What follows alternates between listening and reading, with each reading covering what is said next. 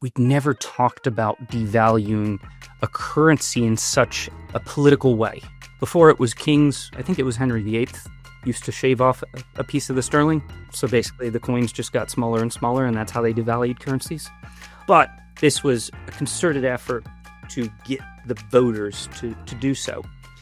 Right now, we're more on a dollar standard. We don't have a gold standard. The renminbi's not ready to be the global currency. No. They would want to wait some time before they go ahead and devalue their reserves by selling off. Do you think they're positioning themselves, though, to be the global currency for a subset of countries? They state that it had nothing to do with Greenland. It just happened to be that they see no economic value in it. And then the news item for the last couple of weeks has been, if every European country and every European corporation and every European individual dumps their U.S. treasuries, that's 12% of U.S. treasuries. 12%. Trump retaliated by saying, I will put on tariffs on all your countries if you dump our treasuries. So he wants to devalue the dollar, but he doesn't want to devalue it that much. Welcome to Expat Wealth, a Plan First Wealth podcast dedicated to helping ambitious expatriates in America and Americans overseas thrive. I'm your host, Richard Taylor, and Plan First Wealth is the business I founded and run today, and we work with successful expatriates, immigrants, and internationally minded Americans to make the most of their opportunity and avoid the expat landmines. First, a quick disclaimer. While Plan First Wealth LLC is an SEC-registered investment advisor, the views and opinions expressed in this program are those of the speakers and do not necessarily reflect the views and positions of Plan First Wealth. Information presented is for educational purposes only. Now, if you aren't already receiving our emails, please go to our website, www.planfirstwealth.com, and sign up there. It's free, and you'll be notified every time we drop a new episode, and so much more. Okay, let's get back to this week's show. Welcome back to Macroaggressions. This is a show where myself and my friend Brian Dunhill get together and try to make sense of what's going in the world from an economic and investment perspective, but through a cross-border lens. So, hi Brian, welcome back.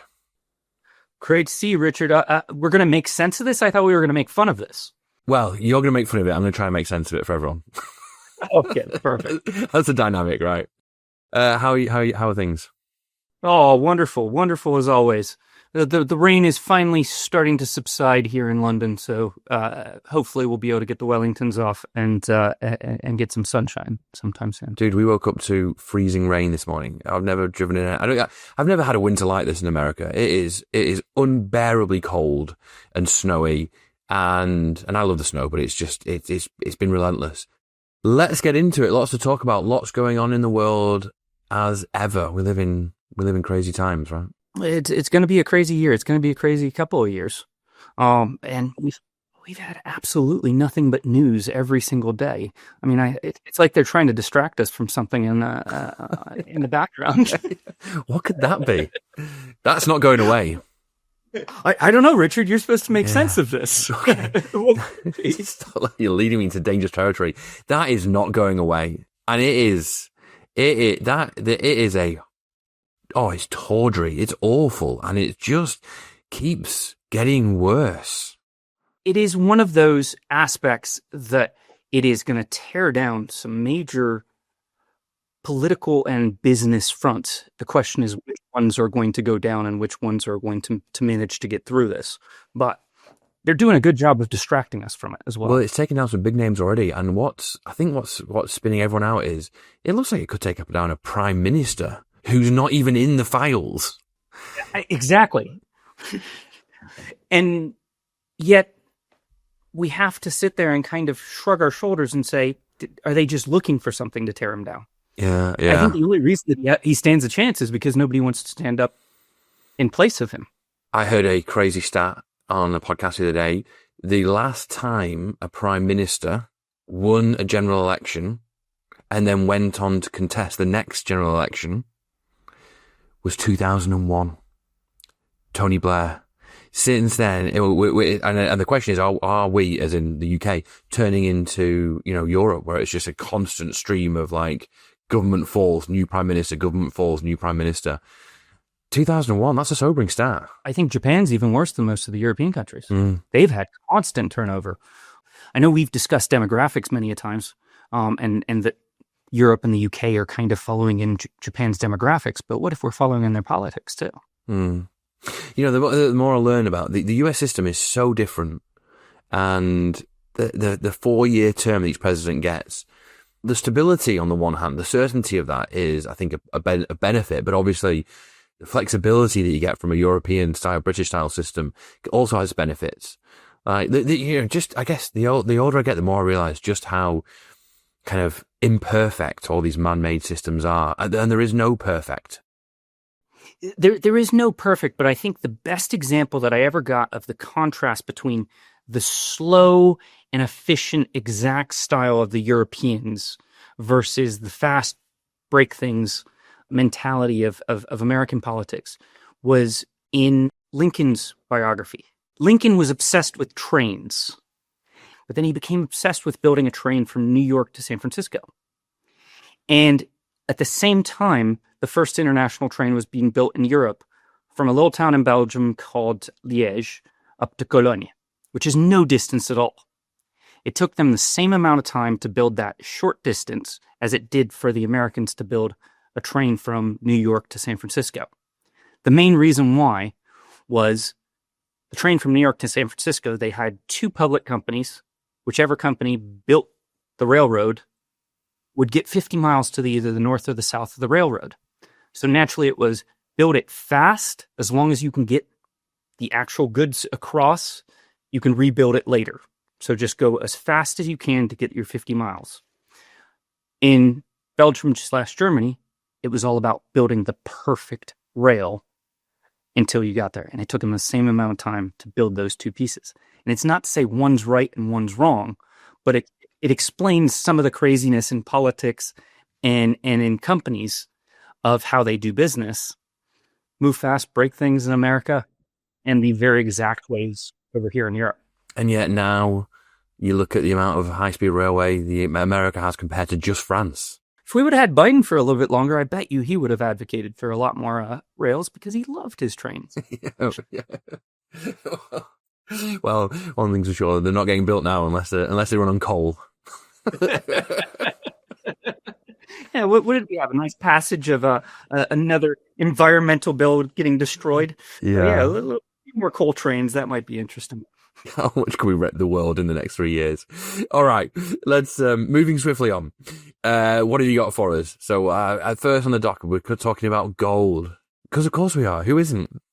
Essentially, this was really broken down back in the 1890s about an old election between McKinley and Bryan about this argument for monetary policy. It was the argument for the first time to devalue the U.S. dollar, and that was going off the gold standard and going potentially onto a silver standard. So the Democrats, the populists, Bryan wanted to go onto silver to devalue the gold standard of the U.S. dollar. McKinley, who basically won the election at the time, wanted to stay on the gold standard. We'd never talked about devaluing a currency in such a political way. Before it was kings, I think it was Henry VIII, used to shave off a piece of the sterling. So basically the coins just got smaller and smaller, and that's how they devalued currencies. But this was a concerted effort to get the voters to do so. Right now, we're more on a dollar standard. We don't have a gold standard. But yet, why we've seen a huge push-up in the gold and in silver is because so many emerging countries and so many individuals are flocking to the old standards since before Nixon of owning gold, owning silver.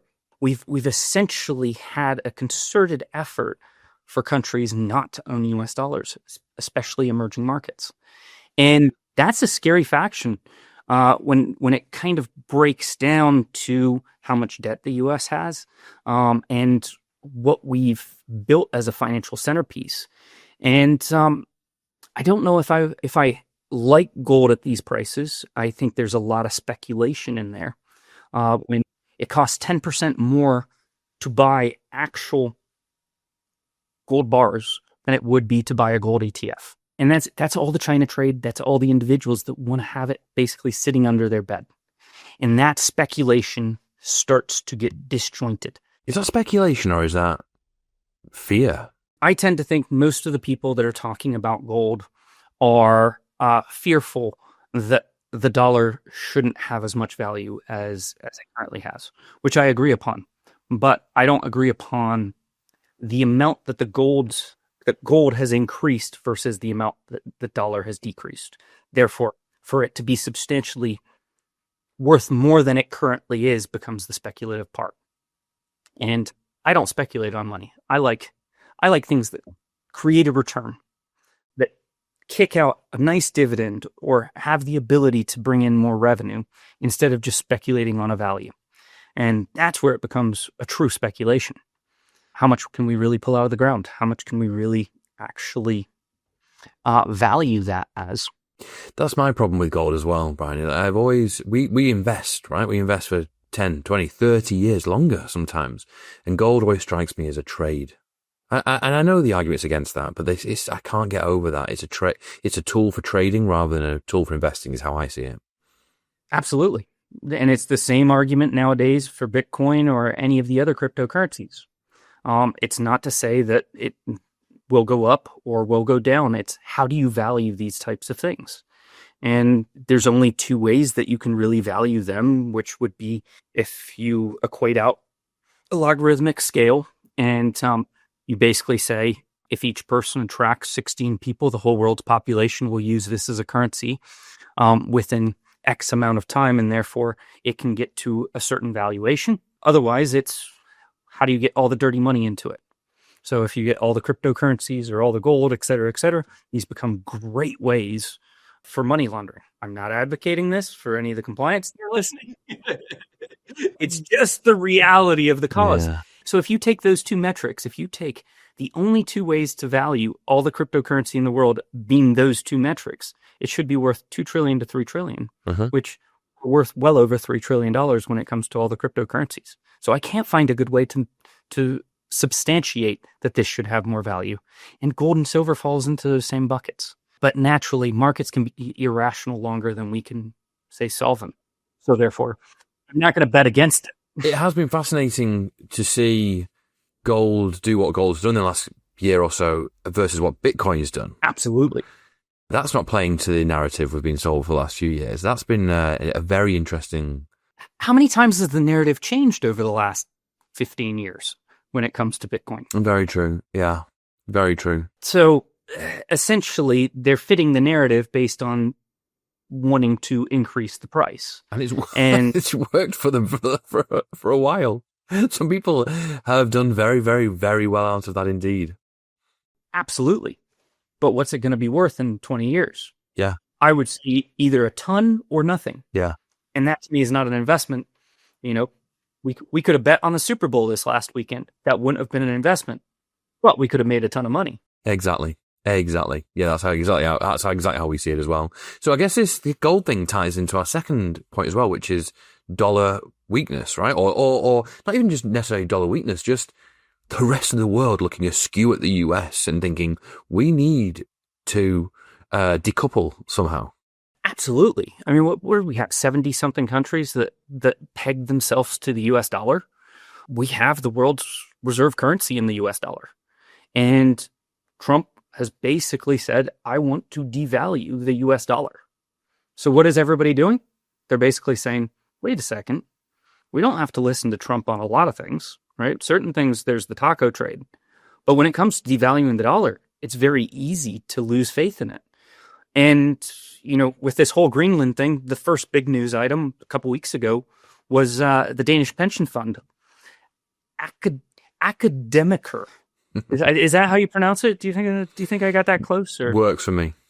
Close enough. It sounds close enough to aquavit or such, you know, which sounds about as painful as what they did.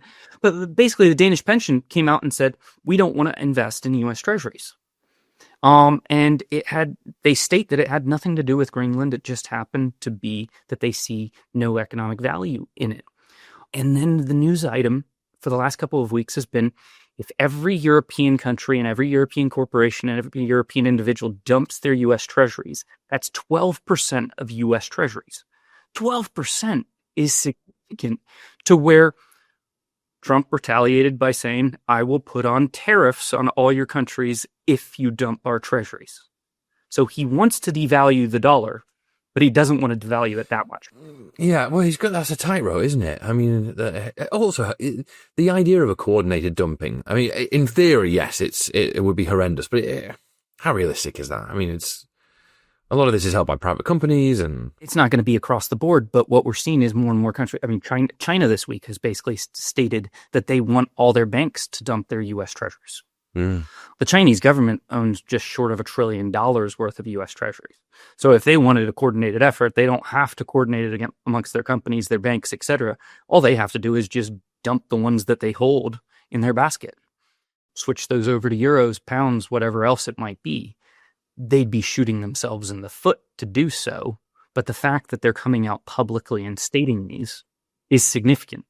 That's one of the strengths of China, though. China, as a political system, have the power and have shown plenty of willing to shoot themselves in the foot for short-term pain for long-term gain. That is one of the strengths of that system. It's also utterly brutal at many times, but it can be very effective. Absolutely. But the renminbi is not ready to be the global currency. No. So not even I close. think they're going to, I think they would want to wait some time before they go ahead and devalue their reserves by selling off all of their reserves. That's the speculation right there. Do you think they're positioning themselves, though, to be the global currency for a subset of countries? That's like 100%. Yeah. The Silk Road Initiative, their initiatives in Africa. Every time America pulls out, they're jumping in. Yes. Yeah. And it's brilliant. I mean, they're getting to go through a Marshall Fund, like America did after World War II, without having to go through the pain of the war. All they're having to do is watch what we're doing and jump in and say, we'll help. We'll do our part. We need leadership in the world. In times that basically the developed world is not helping there. At least they're all banding together. They're doing their parts. I mean, we've seen it with Canada putting together their trade deals with China, trying to put that together. These are effectively being forced by these initiatives that are out there, and it's keeping trade going. We're keeping the economy moving. But the main issue there is, I don't think we should have a panic that, oh my God, the dollar is going to fall apart. But I think we need to know, when the president of the United States wants to decrease the value of the dollar, we should be listening. We should be shifting out of U.S. dollars in most instances. And if we're going to be retiring back in the U.K., we should have a lot of pounds inside of our portfolio. Our fixed income should be in pounds, because that removes that currency risk. I mean, I get the impression from you, you think that this is kind of like an acceleration of an inevitable trend anyway, right? Which is the currency's moving 15-year cycles. The dollar's been on a 15-year strengthening cycle. It's at some point it's going to turn and be on a 15-year weakening cycle, and this Trump administration might just be kind of facilitating that almost, or accelerating it. Absolutely. I mean, they were the beginning of this initiative last year, that they really wanted to turn that around, and they have done quickly. And every news item that's coming out is only exasperating that movement. When we look at the nominee for the Fed, all of a sudden we're probably looking at lower rates in the United States. Lower rates in the United States is a detractor towards an elevated dollar. So everything that we're really looking at is playing towards that narrative. And that's where we have to be cognizant of it. And we don't want to be the last ones out the door. That's why we've made a giant shift, and more than 50% of our fixed income is international at this point in time.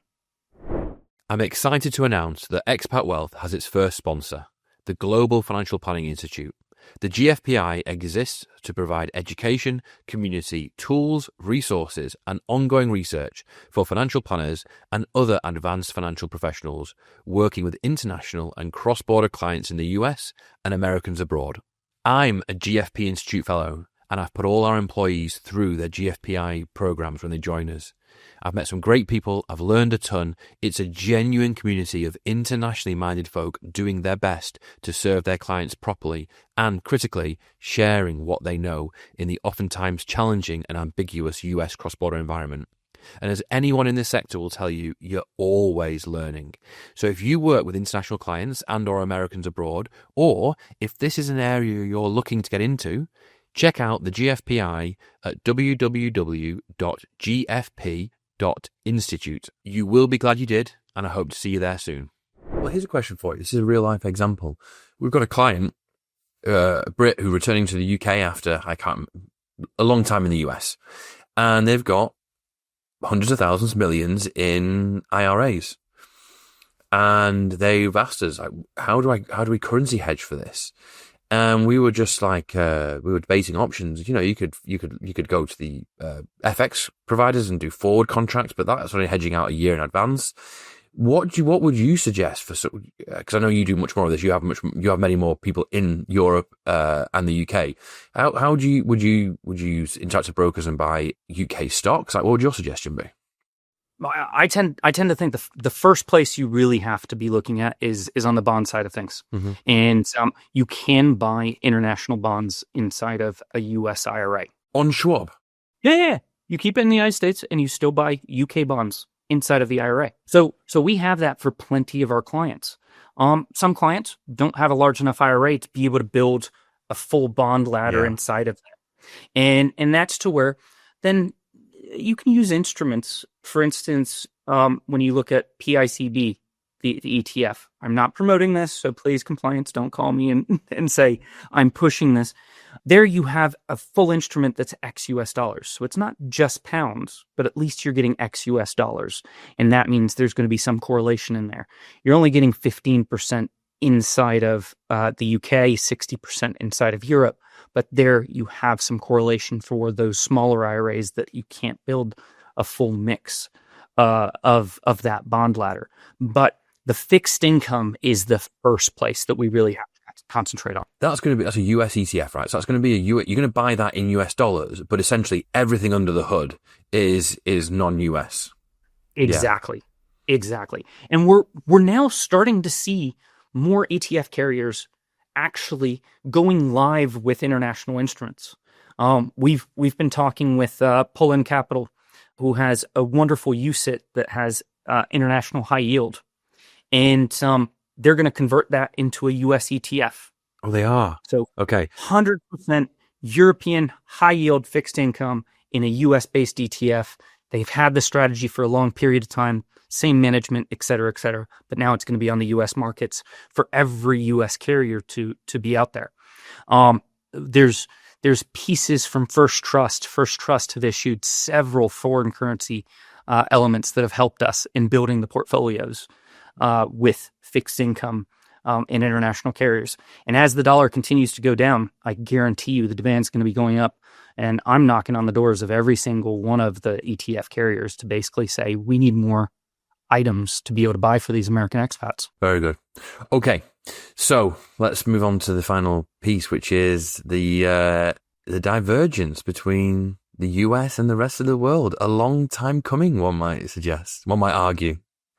I know. We've been talking for years and years. I mean, what did we have? We had a 20-year period where emerging markets averaged about the same as U.S. Treasuries. Nothing. Right? Yeah. Then you'd have to go country-specific, and you'd find something that was doing great, but it went down as a roller coaster. Didn't matter if it was China, Russia, everything beyond.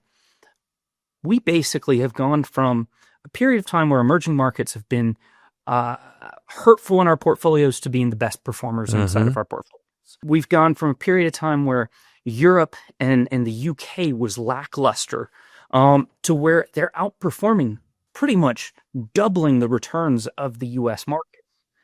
And even better, even with the great performance that we've seen of this last year, the valuations are still strong in those regions. So we keep talking in past issues that America is expensive. You know, the average PE over the long haul for the S&P 500 has averaged around 17. we're sitting on a forward PE basis around 22.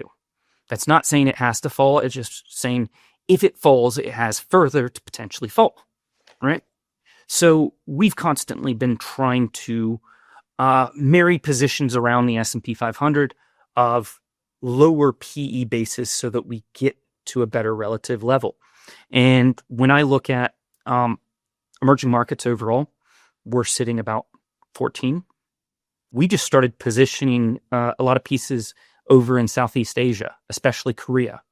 And I've loved Korea because they have a high basis of AI presence that's not got the geopolitical risk of China, but that's at a much lower valuation than what we're paying in the United States. So we get the sectors we like in emerging markets where currencies typically do good when the dollar goes down, but we're not having to dive into China. And that's me saying, I love China, but I can't figure out how to make money in China. Right. Yeah. And now we're averaging down our average price to earnings ratio. It's still cheap on those bases. You don't think this is a flash in the pan? I mean, the concern was at the end of last year that great, emerging markets, developed markets, Europe finally have had a day in the sun. Is it a flash in the pan, or is this part of something bigger? And it sounds like you think it's part of something bigger. It's got to be something bigger because, first of all, we have a reshoring basis. You have a lot of countries that are becoming proud of actually buying local instead of just buying cheap. Secondly, you have government spending to actually realize those. When we look at two of the best markets in Europe, Spain and Poland, this last year, the main reason is because they don't have the tariff risk back from the United States. Most of their business is insular. So all of a sudden, you have these opportunities to grow in those pockets throughout those regions. And they're spending money on defense spending and all the likes. Technology spending's most definitely one. I was amazed. One of the big internet setup companies is a unicorn over in Belgium. And they got to a $7 billion valuation at this point. It's called Odoo. It's a global player, but I would have never guessed that the next Silicon Valley unicorn would be in Belgium. If we do have a devaluing currency, devaluing dollar, right, that a devaluing dollar could boost US stock market returns, right? Because a lot of the income from these companies in the US is non-US income. That will mean that income, when converted into dollars, is more, which should boost the which should boost returns. Furthermore, if our non-US element is doing well and the dollar is weakening, that will also translate. That's like a double hit in a good way, isn't it? Because it's the stock markets are performing well themselves, and you're benefiting from when you convert that back into dollars, it goes up as well. So that's like win-win. Absolutely. I think to me, the big fear that I have for the United States is not, oh my goodness, so the Mag 7, 60% of their revenue comes from abroad. So perfect, right? But we're buying something that's expensive already. Oh, yeah. And when we look at the Mag 7, all of them are investing gangbusters into their AI infrastructure.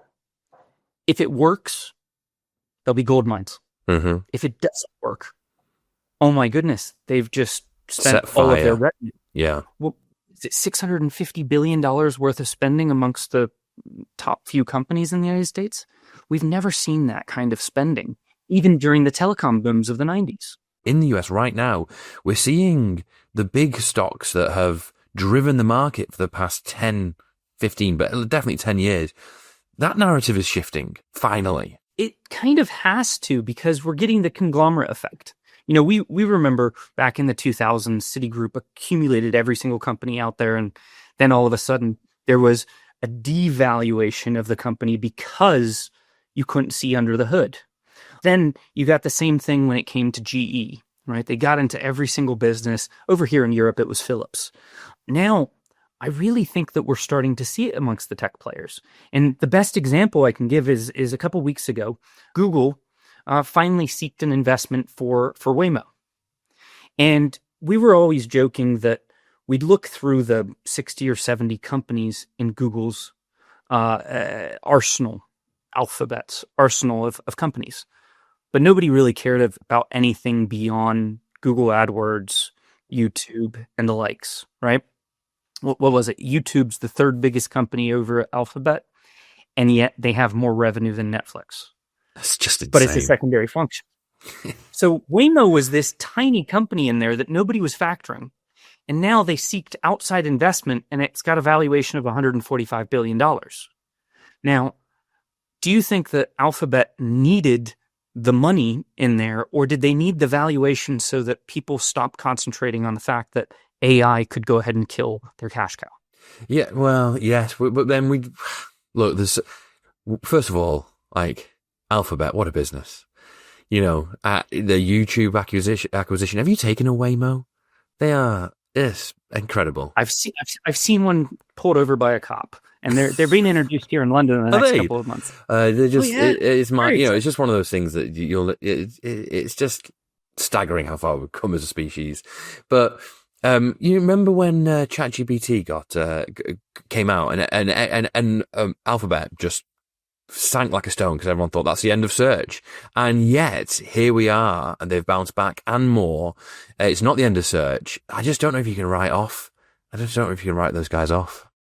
Oh, absolutely not. And I mean, I think one of the key arguments that people are making is which is better, ChatGPT or Gemini, and in different factions, all these different places are wonderful, but now the element is a large language model actually artificial intelligence, or is that basically just replication? So is that really the future, or is that just an energy user to make things more efficient? Is this just kind of, yes, it's an enhancer of efficiency, but does it really change the world? We'll really have to see. It's made our days much better, but I'm not less busy than I was 4 years ago before ChatGPT. It helps me write emails, I'll tell you that much. It really does. I put most of my emails through. I actually use Claude now, and I much prefer it. But I find it a huge helping me craft better email communication. Oh, absolutely. But that's not changing the world. My emails are not changing the world. It just makes us more efficient. No different than getting rid of the typewriter and being able to send an email instead of having to mail everything. Yeah. These efficiencies move things faster, but will it change every single business out there? We just got the unemployment numbers, 130,000 new jobs, 4.3% unemployment. That doesn't sound to me like everybody's losing their job because AI is coming and stole them. No, but the makeup of the job market is definitely changing, isn't it? And it's going to be incredibly disruptive. It's just, is how that plays out. It's going to be very interesting to see. Self-driving trucks evolved faster than self-driving cars. And the argument was we needed them because the majority of truck drivers were getting close to retirement age, and it's hard to actually recruit 20-year-olds to want to drive trucks, right?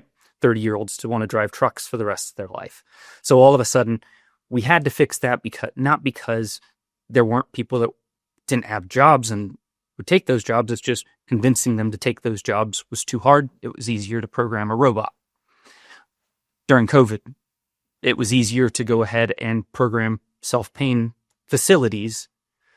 There were plenty of waiters and such that lost their jobs. So it's the technology is there. It's the need to change over at those times. In our vantage point, could a lot of people use ChatGPT to research a lot of things that we talk about? Yes, but most of our clients would rather talk to a human being than a chatbot. We had our first incident recently where a client turned up with a ChatGPT analysis of their portfolio, and we talked through it and had to explain why we did certain things, which is what we do anyway. It was the first time someone turned up, or the first time we knew about someone turning up with a ChatGPT analysis.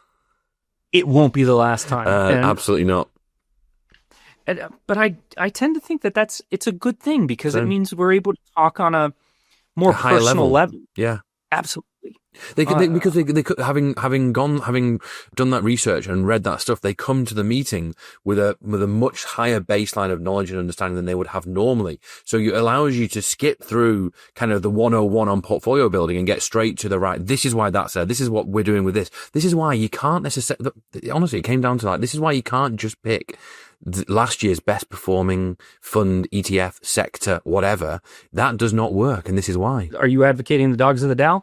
Let's just go ahead and switch out from the best to the worst. Exactly. Yes. Right. Yeah, that is the perfect way of putting it.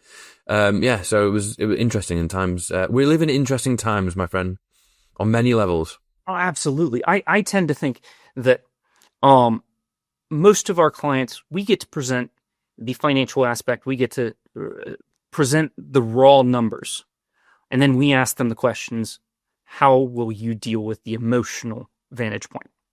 And those are the harder decisions to make. And those are the ones that we get to coach people through. And the answers that people give in that moment, not under emotional and psychological stress, are not necessarily the reality of when it comes to pass. Absolutely. Yeah. Right. Okay. Well, Brian, thank you for taking us on that journey again. Just remind people where they can find you. DunhillFinancial.com. You can always drop me an email at brian@DunhillFinancial.com, or come visit us down in Wimbledon over here in the UK. He'll take you for a pint. Absolutely. I look forward to that. Wonderful to see you, Richard. Thank you so much. I'll see you soon. Cheers, mate. All right, folks. That's another episode of Expat Wealth under our belts. Thank you for listening. I appreciate it, and I appreciate you. If you're enjoying the show and would like to support the mission, which is to help ambitious expats thrive in America, and ask you to subscribe to the pod wherever you listen. And also consider leaving a rating and review. This stuff really does matter. Please help us get this information to the people who need it. That is, to your fellow expats. Just a quick reminder that this show is brought to you by Plan First Wealth. We are a US-based financial planner and wealth manager, and we help successful American and international families living across the US to make the most of their opportunity and ultimately to retire happier. If you'd like to know more about how we might be able to help you, you can find us on our website, www.planfirstwealth.com, or you can look me up on LinkedIn. Do get in touch, we'd love to hear from you. As always, thank you to the podcast guys for their help producing this episode and the entire show. See you next week.